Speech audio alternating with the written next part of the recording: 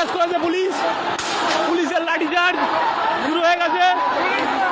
ঠিক আছে, মার